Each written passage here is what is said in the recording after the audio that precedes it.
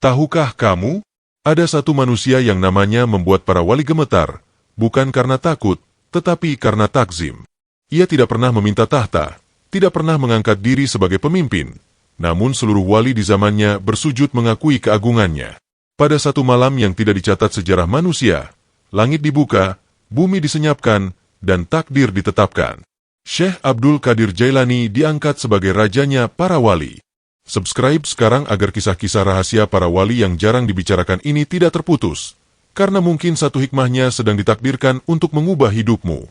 Pada masa ketika Baghdad berdiri megah sebagai pusat ilmu dan perdagangan, ada satu kegelisahan yang tidak tampak di wajah manusia, tetapi terasa oleh langit dan bumi. Pasar ramai, masjid penuh, madrasah hidup oleh perdebatan ilmu. Namun para wali mengetahui satu rahasia pahit. Banyak lisan menyebut nama Allah, tetapi sedikit hati yang benar-benar berserah. Di balik hiruk-pikuk kota, para wali tersebar tanpa tanda. Ada yang menjadi tukang kayu, ada yang menyamar sebagai pengemis, ada pula yang hidup sebagai ulama besar namun menyembunyikan makamnya. Mereka bukan orang sembarangan. Setiap tarikan napas mereka adalah zikir, setiap langkah mereka adalah doa. Dan pada suatu malam yang sama, mereka semua merasakan satu getaran aneh, seolah ada keputusan besar yang baru saja ditulis di Lauhul Mahfuz.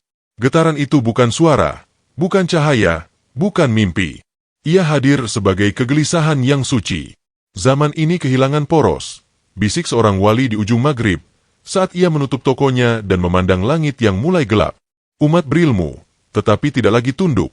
Gumam wali lain di padang pasir, ketika angin malam menyapu jubah lusuhnya. Nama itu belum diucapkan, tetapi sudah berdenyut di hati mereka semua. Syekh Abdul Qadir Jailani, saat itu, bukan raja, bukan penguasa, bukan tokoh yang dikelilingi pengawal. Ia hanyalah seorang guru yang hidup sederhana, mengajar di madrasah kecil, dan sering terlihat berjalan sendirian menyusuri gang Baghdad. Pakaiannya bersih namun biasa. Makanannya sekadar pengganjal lapar. Rumahnya sunyi dari kemewahan, tetapi penuh dengan doa yang panjang. Yang membuat para wali terdiam bukan ilmunya semata, melainkan keadaan batinnya. Syekh Abdul Qadir Jailani tidak pernah berbicara tentang karamah, padahal karamah mengejarnya. Ia tidak pernah mengaku wali, padahal para wali mengetahui, dirinya telah lama melewati makam-makam berat yang membuat banyak manusia berhenti di tengah jalan. Setiap malam, ketika kebanyakan manusia terlelap, Syekh Abdul Qadir Jailani berdiri dalam salat yang panjang. Bukan untuk meminta derajat, bukan untuk meminta kemuliaan, melainkan untuk memohon agar jika dirinya menjadi sebab kesesatan orang lain, maka dicabut saja nyawanya malam itu juga. Doa semacam itu tidak keluar dari hati yang masih mencintai dunia. Pada satu malam Jumat, hujan turun pelan di Baghdad. Jalanan basah, lentera bergoyang tertiup angin, dan Syekh Abdul Qadir Jailani memilih berdiam di madrasah setelah murid-muridnya pulang. Ia duduk bersila, memejamkan mata, dan larut dalam zikir yang tidak bersuara, zikir yang lebih terdengar oleh langit daripada oleh telinga manusia. Di saat yang sama, alam ruhani bergerak. Para wali kuthub, abdel, nukab, dan nujab berkumpul, bukan dengan tubuh, melainkan dengan izin. Tidak ada tempat, tidak ada arah. Hanya kesadaran yang disatukan oleh perintah Allah. Mereka saling memandang tanpa mata, saling berbicara tanpa suara. Zaman ini berat, kata salah satu wali tertua. Fitnah dibungkus ilmu, kesombongan dibungkus ibadah. Jawab yang lain. Kita butuh satu poros agar bumi tetap seimbang, ujar yang ketiga. Hening. Bukan karena tak ada jawaban, melainkan karena nama yang sama telah muncul di hati mereka semua. Namun tradisi para wali tidak pernah tergesa. Mereka tidak menunjuk sebelum yakin, tidak mengangkat sebelum diuji. Sebab yang akan menjadi poros umat bukan sekadar orang saleh, melainkan orang yang telah mati dari keinginan dirinya sendiri. Maka ujian pun dimulai, tanpa diumumkan, tanpa disadari. Keesokan harinya, Syekh Abdul Qadir Jailani diuji dengan pujian berlebihan. Murid-murid memujanya, masyarakat mulai meninggikannya. Bahkan sebagian ulama menyebut namanya dengan rasa iri bercampur kagum. Namun apa jawabnya? Jika kalian melihat kebaikan pada diriku, ucapnya lembut, itu karena Allah menutupi aibku. Jika tabir itu dibuka, kalian akan lari dariku. Ujian berikutnya datang dalam bentuk fitnah. Ada yang menuduhnya mencari pengaruh, ada yang mengatakan ia ingin menjadi pemimpin tersembunyi. Nama baiknya diguncang. Namun Syekh Abdul Qadir Jailani memilih diam. Ia tidak membela diri, tidak mengumpulkan pendukung. Mengapa engkau tidak meluruskan? Tanya seorang murid. Syekh Abdul Qadir Jailani tersenyum sedih. Jika Allah membelaku, apa gunanya pembelaan manusia? Jawaban itu menggetarkan para wali. Malam demi malam berlalu. Ujian tidak berhenti. Hingga pada satu titik, para wali melihat sesuatu yang jarang terjadi. Syekh Abdul Qadir Jailani menangis terseduh dalam sujudnya, bukan karena dirinya, melainkan karena umat yang semakin jauh dari keikhlasan. Tangis itu bukan suara. Ia adalah bahasa jiwa yang sampai ke langit. Pada saat itulah, salah satu wali berkata dengan suara yang mengguncang alam ruhani, orang seperti ini tidak pantas memimpin manusia, karena ia telah sepenuhnya menjadi hamba Allah. Dan bab pertama dari pengangkatan itu pun ditutup oleh satu kesimpulan yang tidak tertulis, tetapi dipahami oleh semuanya. Syekh Abdul Qadir Jailani sedang dipersiapkan, bukan untuk naik derajat, tetapi untuk memikul beban yang tidak sanggup dipikul oleh kebanyakan wali. Malam itu bukan malam biasa. Tidak ada tanda di langit yang bisa dibaca oleh ahli nujum. Tidak ada gempa yang dicatat oleh manusia. Tidak ada suara yang membuat penduduk Baghdad terbangun. Namun di alam yang tidak terlihat, timbangan takdir sedang digeser. Syekh Abdul Qadir Jailani duduk sendiri di madrasahnya. Lentera kecil di sudut ruangan bergetar pelan, seolah ikut menahan napas. Di hadapannya terbuka mushaf, tetapi matanya tidak membaca huruf. Hatinya sedang membaca sesuatu yang jauh lebih berat, rasa takut kepada Allah. Ia baru saja selesai salat malam yang panjang. Sujud terakhirnya terasa berbeda. Bukan lebih khusyuk, bukan lebih lama, melainkan lebih kosong. Seolah semua yang bernama, aku, telah dilebur. Ya Allah, bisiknya lirih, hampir tak terdengar. Jika engkau hendak mengujiku dengan sesuatu yang aku tidak mampu, maka patahkan aku sebelum engkau memberinya.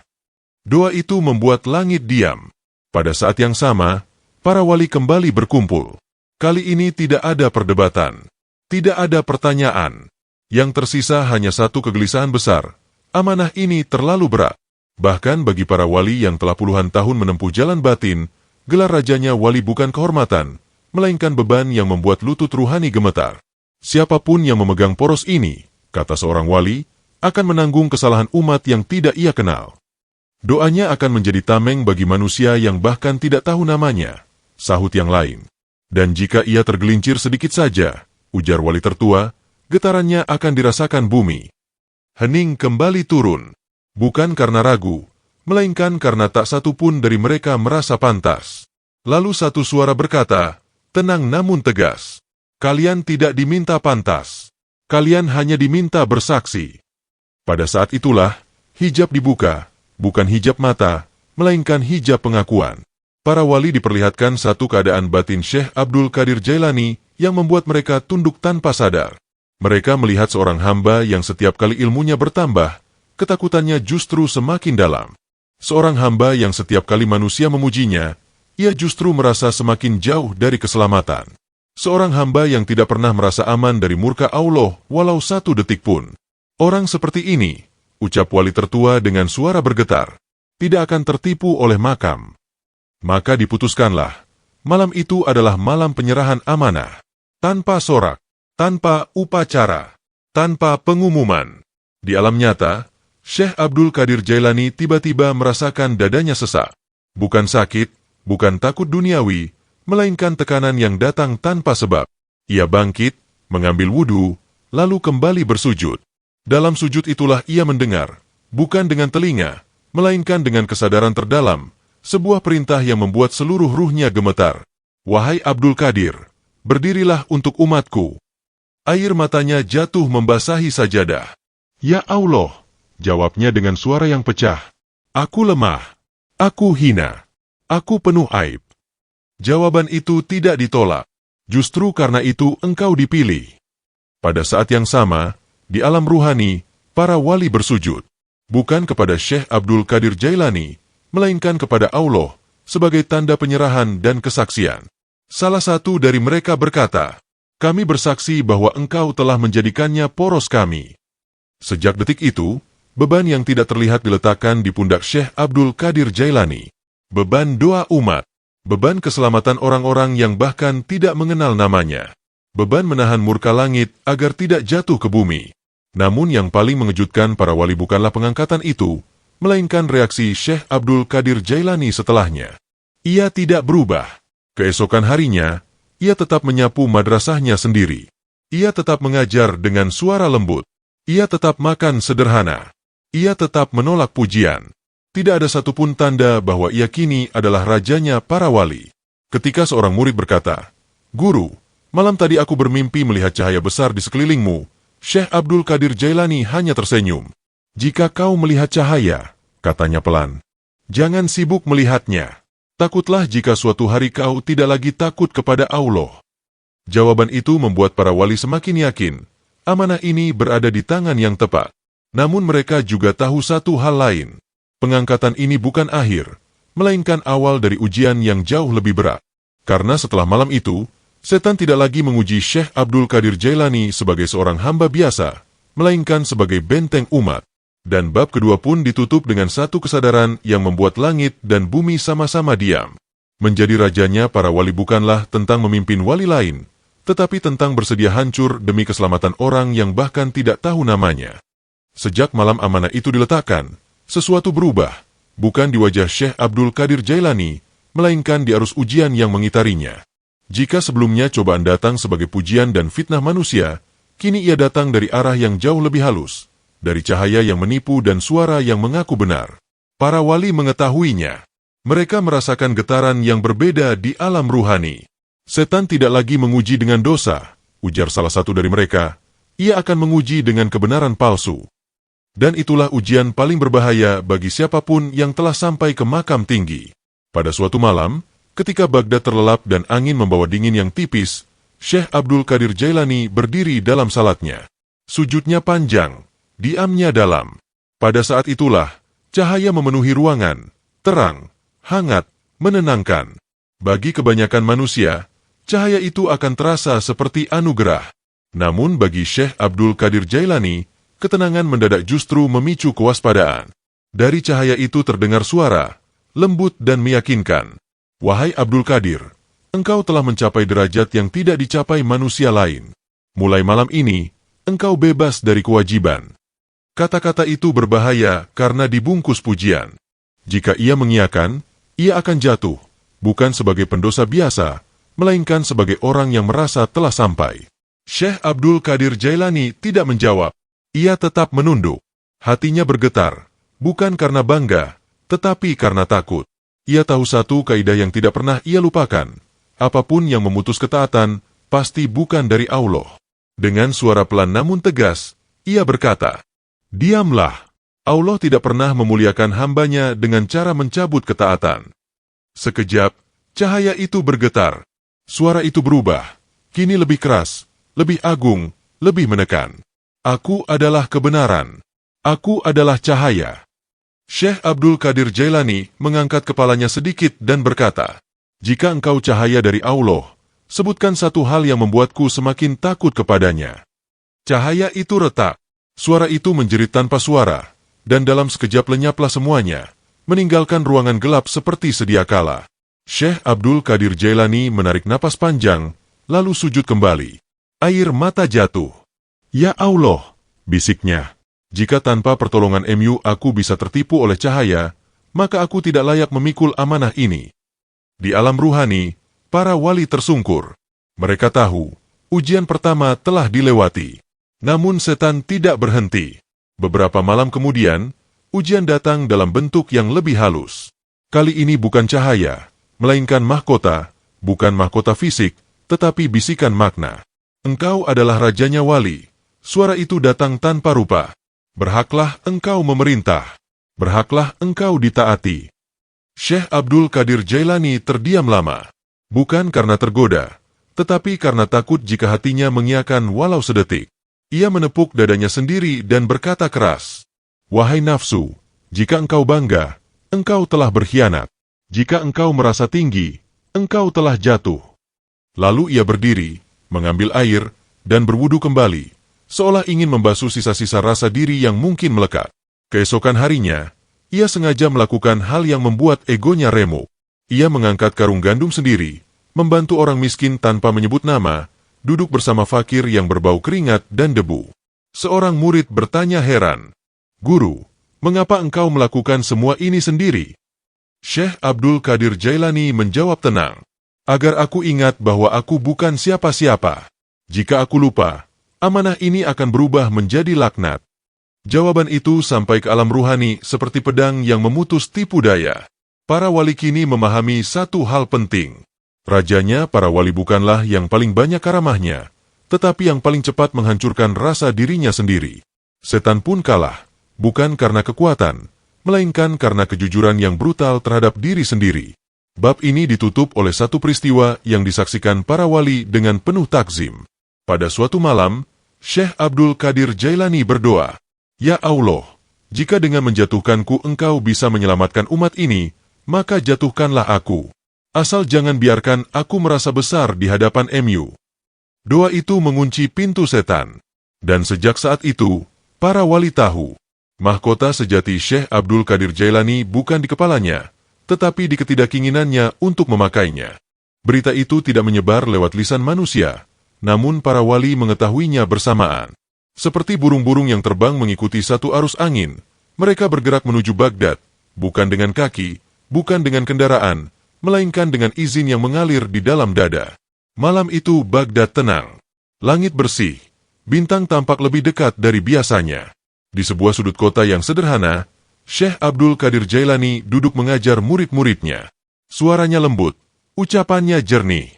Tidak ada tanda bahwa para wali dari berbagai penjuru alam ruhani sedang berkumpul untuknya. Satu persatu mereka hadir. Ada yang berwajah tua, ada yang tampak seperti pemuda, ada yang tidak dapat ditentukan usianya. Pakaian mereka sederhana, sikap mereka rendah. Jika orang awam melihat, mereka hanya tampak seperti musafir yang singgah.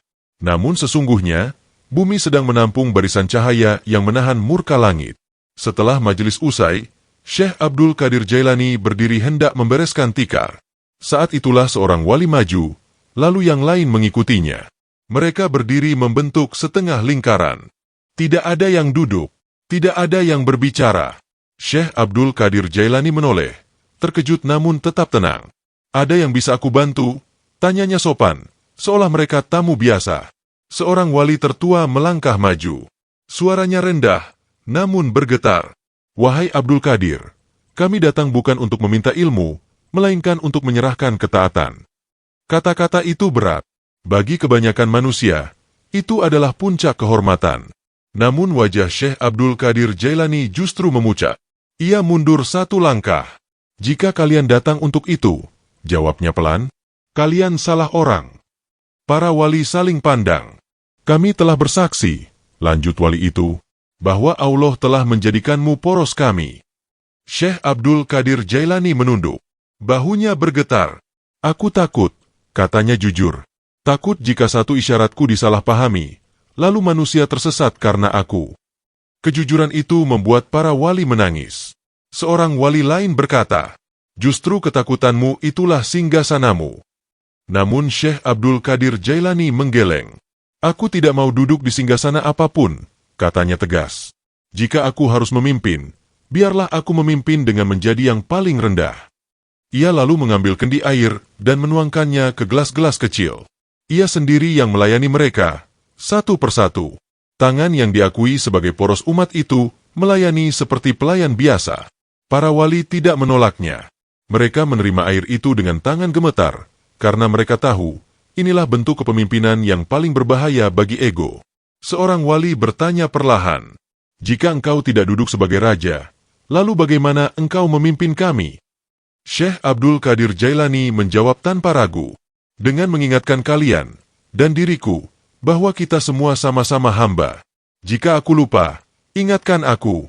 Jika kalian lupa, aku akan mengingatkan." Malam itu tidak ada sumpah, tidak ada bayat yang diucapkan keras. Namun satu persatu para wali bersujud, bukan kepadanya, melainkan ke arah kiblat. Sujud itu adalah pengakuan yang tidak bisa ditarik kembali. Di alam ruhani, bumi terasa lebih ringan. Namun keputusan itu membawa konsekuensi. Sejak saat itu, setiap gejolak umat akan terasa lebih dulu di dada Syekh Abdul Qadir Jailani. Ia akan terbangun sebelum musibah, gelisah sebelum fitnah, dan menangis sebelum doa umat terucap. Para wali tahu, Mereka telah menyerahkan amanah yang paling berat. Sebelum berpisah, wali tertua berkata, "Jika suatu hari engkau merasa terlalu berat, ingatlah bahwa kami berdiri di belakangmu." Syekh Abdul Qadir Jailani tersenyum tipis. "Jangan berdiri di belakangku," katanya. "Berdirilah bersama umat. Aku akan berdiri paling belakang." Kalimat itu mengunci kedudukannya. Sejak malam itu, tidak ada singgasana, tidak ada mahkota, tidak ada gelar yang ia pakai. Namun di alam yang tidak terlihat, poros telah tegak. Dan bab keempat pun ditutup dengan satu kenyataan yang hanya bisa dipahami oleh mereka yang mengerti. Rajanya para wali adalah dia yang menolak diperlakukan sebagai raja, tetapi bersedia menanggung seluruh akibatnya. Sejak malam para wali menyerahkan kesaksian mereka, Syekh Abdul Qadir Jailani merasakan sesuatu yang tidak pernah ia rasakan sebelumnya. Bukan cahaya, bukan bisikan, melainkan beban sunyi, beban yang tidak menekan pundak, tetapi menghimpit dada. Ia terbangun sebelum fajar dengan napas berat, seolah baru saja berlari jauh. Padahal tubuhnya tidak bergerak. Yang bergerak adalah takdir umat. Di satu sudut Baghdad, seorang pedagang hampir tergelincir dalam kecurangan. Di tempat lain, seorang alim hampir tergoda pujian. Di pelosok negeri, seorang pendosa hampir putus asa dari rahmat Allah. Semua itu terasa bersamaan. Syekh Abdul Qadir Jailani bangkit, mengambil wudhu dengan tangan sedikit gemetar. Bukan karena dingin air, melainkan karena ia mulai memahami arti amanah yang telah diletakkan di pundaknya. Ia berdiri salat, dan pada rakaat pertama air matanya jatuh tanpa bisa ditahan. "Ya Allah," doanya terpecah. "Aku tidak mengenal mereka, tetapi Engkau membuat hatiku merasakan mereka." Di alam ruhani, doa itu naik seperti anak panah yang tidak meleset. Para wali yang tersebar merasakan dampaknya. Seorang wali di barat tiba-tiba merasa lapang setelah sebelumnya gelisah. Wali lain di timur terselamatkan dari keputusan keliru tanpa tahu sebabnya. Mereka saling memahami, poros sedang bekerja. Namun yang paling berat bukan menahan umat, melainkan menahan diri sendiri. Syekh Abdul Qadir Jailani mulai merasakan bahwa setiap kesalahan kecil dalam hatinya berlipat dampaknya. Jika ia lalai sesaat, kegelisahan umat meningkat. Jika ia lengah, hawa panas fitnah menguat. Ia berkata pada dirinya sendiri, "Jika aku ingin selamat, aku harus binasa dari diriku sendiri setiap hari." Maka ia memperketat mujahadahnya, bukan dengan menambah karamah, tetapi dengan menambah kehati-hatian. Ia mengurangi tidur, mengurangi bicara, mengurangi hak dirinya sendiri. Bukan karena membenci dunia, melainkan karena takut dunia mengambil celah. Suatu hari, seorang fakir datang dengan wajah kusut. Tangannya gemetar. "Wahai Syekh," katanya, "aku berdoa bertahun-tahun, tetapi hidupku semakin sempit." Syekh Abdul Qadir Jailani menatapnya lama. Ia melihat bukan hanya wajah, tetapi luka batin yang hampir putus. Ia memegang tangan orang itu dan berkata pelan, "Jangan berhenti.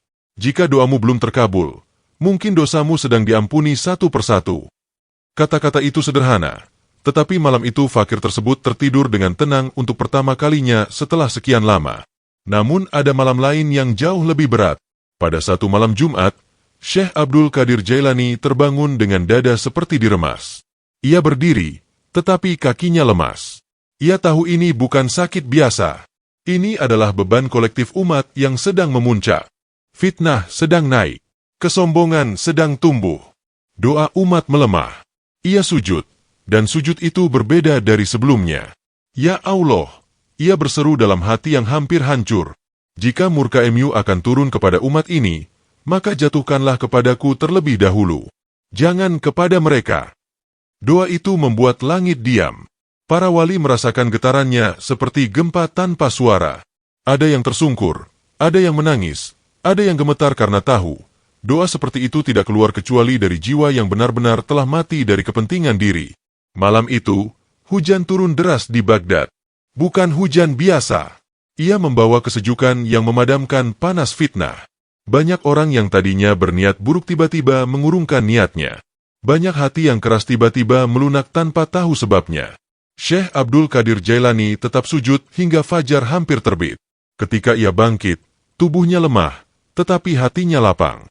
Ia berbisik, "Jika inilah harga amanah, aku ridha." Para wali kini memahami satu rahasia besar. Rajanya para wali bukan hanya poros cahaya, tetapi juga penampung petir. Ia menahan agar murka tidak jatuh ke bumi. Ia menangis agar umat tidak hancur. Ia melemah agar yang lain dikuatkan. Dan bab kelima pun ditutup dengan satu kenyataan yang tidak tertulis dalam kitab manapun, tetapi hidup di dada para wali. Tangan menunjuk kanan semakin tinggi makam seseorang, semakin ia dijadikan tameng bagi yang lain, bukan panggung untuk dirinya sendiri. Waktu berjalan, tetapi beban itu tidak berkurang. Justru semakin hari, Syekh Abdul Qadir Jailani merasakan satu hal yang makin jelas. Amanah ini tidak diletakkan untuk dirinya saja, dan tidak untuk zamannya saja. Ia adalah mata rantai. Ia adalah penyangga sementara. Dan yang terpenting, ia adalah pengingat. Pada suatu sore, setelah majelis usai dan murid-muridnya pulang satu persatu, Syekh Abdul Qadir Jailani memanggil beberapa murid terdekat. Wajahnya tenang, tetapi matanya menyimpan kedalaman yang jarang terlihat. Mereka duduk melingkar. Tidak ada kitab yang dibuka. Tidak ada pena yang diangkat. Hari ini, katanya pelan, aku tidak akan mengajarkan ilmu. Aku ingin menitipkan peringatan. Para murid menunduk. Mereka tahu, kalimat seperti itu tidak sering keluar. Jangan pernah mengejar makam, lanjutnya. Karena makam yang dikejar akan menjadi hijab. Jika Allah mengangkatmu, itu bukan untuk membuatmu tinggi, tetapi untuk membuatmu lebih bertanggung jawab. Seorang murid bertanya ragu, Guru, bagaimana kami tahu jika seseorang benar-benar diangkat oleh Allah? Syekh Abdul Qadir Jailani tersenyum tipis. Lihat satu hal, jawabnya. Apakah ia semakin takut kepada Allah, atau semakin ingin ditakuti manusia? Jawaban itu mengunci banyak pintu kesalahan. Malam itu, Syekh Abdul Qadir Jailani berdoa lebih lama dari biasanya. Bukan doa untuk dirinya, bukan doa untuk namanya dikenang. Ia berdoa agar amanah ini kelak tidak disalahpahami oleh generasi setelahnya. Ya Allah, bisiknya, jangan biarkan mereka menjadikan kisahku sebagai hiasan lisan, tetapi kosong dari teladan. Di alam ruhani, para wali mendekat. Mereka tahu, ini bukan perpisahan tubuh, tetapi peralihan makna. Amanah tidak akan jatuh begitu saja setelah beliau tiada. Ia harus dipahami, bukan diwarisi secara simbol. Salah satu wali berkata, Wahai Abdul Qadir, bagaimana jika umat salah memahami gelarmu? Syekh Abdul Qadir Jailani menjawab tanpa ragu, Biarlah. Jika mereka mengagungkanku, itu ujian bagi mereka. Jika mereka meneladani akhlakku, itu rahmat bagi mereka. Jawaban itu membuat para wali diam lama. Pada hari-hari berikutnya, Syekh Abdul Qadir Jailani semakin menyederhanakan hidupnya. Ia mengurangi majelis besar, memperbanyak doa sunyi. Ia tahu, waktu bukan untuk menambah pengaruh, tetapi untuk memperdalam kejujuran. Dalam satu munajat terakhir yang disaksikan para wali, ia berkata, Ya Allah, jika setelah aku tidak ada umat ini masih Engkau jaga, maka itulah kemenangan. Aku tidak perlu dikenang. Kalimat itu menutup lingkaran amanah. Para wali memahami satu hal penting yang sering dilupakan manusia. Rajanya para wali bukan jabatan yang diwariskan, tetapi keadaan batin yang selalu diperbarui oleh ketakutan kepada Allah dan cinta kepada umat. Dan bab ke-6 pun berakhir dengan satu pesan yang menembus zaman. Jika suatu hari kau mencari pemimpin ruhani, jangan cari yang paling bersinar. Carilah yang paling takut berkhianat kepada Allah dan paling siap menanggung beban orang lain. Hari itu datang tanpa pengumuman. Tidak ada tanda di langit yang membuat manusia berkumpul. Tidak ada gemuruh yang memecah kota. Namun para wali merasakannya bersamaan, seperti tali yang ditarik perlahan dari pusat bumi. Syekh Abdul Qadir Jailani terbaring tenang. Napasnya ringan, wajahnya damai. Tidak ada kegelisahan pada rautnya, seolah beban yang selama ini ia pikul telah ia letakkan dengan izin. Di sekelilingnya, murid-murid menahan air mata. Mereka tahu, yang akan pergi bukan hanya seorang guru, tetapi sebuah penyangga. Syekh Abdul Qadir Jailani membuka mata. Pandangannya jernih, tidak kabur. Ia menatap satu persatu muridnya, lalu berkata dengan suara yang hampir seperti bisikan angin, Jangan bertengkar setelah aku pergi. Kalimat itu sederhana, tetapi mengandung peringatan yang panjang. Jika kalian berbeda jalan, lanjutnya, pastikan tujuan kalian tetap sama, Allah. Seorang murid menangis dan berkata, Guru, siapa yang akan menuntun kami setelah ini? Syekh Abdul Qadir Jailani tersenyum, Senyum yang tidak berat, tidak pula sedih. Allah tidak pernah meninggalkan hambanya tanpa penuntun, jawabnya. Jika kalian kehilangan aku, mungkin agar kalian belajar bergantung langsung kepadanya. Di alam ruhani, para wali berdiri dalam keheningan yang penuh hormat. Mereka tidak meratap, mereka tidak menahan. Mereka tahu, amanah ini bukan milik satu tubuh. Ia hidup selama ada hati yang siap menanggungnya. Saat napas terakhir itu dilepaskan, tidak ada jeritan, tidak ada keguncangan bumi. Namun poros beralih, bukan kepada satu nama, melainkan kepada kesadaran kolektif para wali yang telah ditempa oleh teladan. Beberapa murid mengira dunia akan runtuh. Mereka mengira fitnah akan meledak. Namun yang terjadi justru sebaliknya. Ketenangan aneh menyelimuti Baghdad. Seolah doa-doa yang telah lama ditanam kini tumbuh serentak. Seorang wali berkata kepada yang lain, dia tidak membawa poros itu pergi. Wali lain menjawab, dia menanamnya. Hari-hari berlalu. Nama Syekh Abdul Qadir Jailani mulai disebut-sebut. Ada yang mengagungkan, ada yang menisbatkan karamah, ada pula yang menjadikannya simbol. Namun para wali mengetahui satu rahasia yang tidak tertulis di kitab manapun. Ia tidak ingin dikenang sebagai raja. Ia ingin diteladani sebagai hamba. Maka poros itu tetap tegak, bukan sebagai satu titik, tetapi sebagai arah. Setiap kali ada hamba yang lebih takut kepada Allah daripada kepada kehilangan dunia, poros itu menguat. Setiap kali ada pemimpin yang memilih memikul beban daripada menerima pujian, poros itu hidup. Dan setiap kali ada orang yang berkata, aku bukan siapa-siapa, lalu tetap menolong tanpa ingin diketahui. Disitulah warisan Syekh Abdul Qadir Jailani berdenyut. Bab terakhir ini tidak ditutup dengan kemegahan, melainkan dengan tugas. Karena sesungguhnya, kisah ini tidak selesai di sini. Jika setelah membaca ini hatimu merasa lebih takut berkhianat, lebih ringan membantu, dan lebih kecil di hadapan Allah, maka poros itu telah menyentuhmu.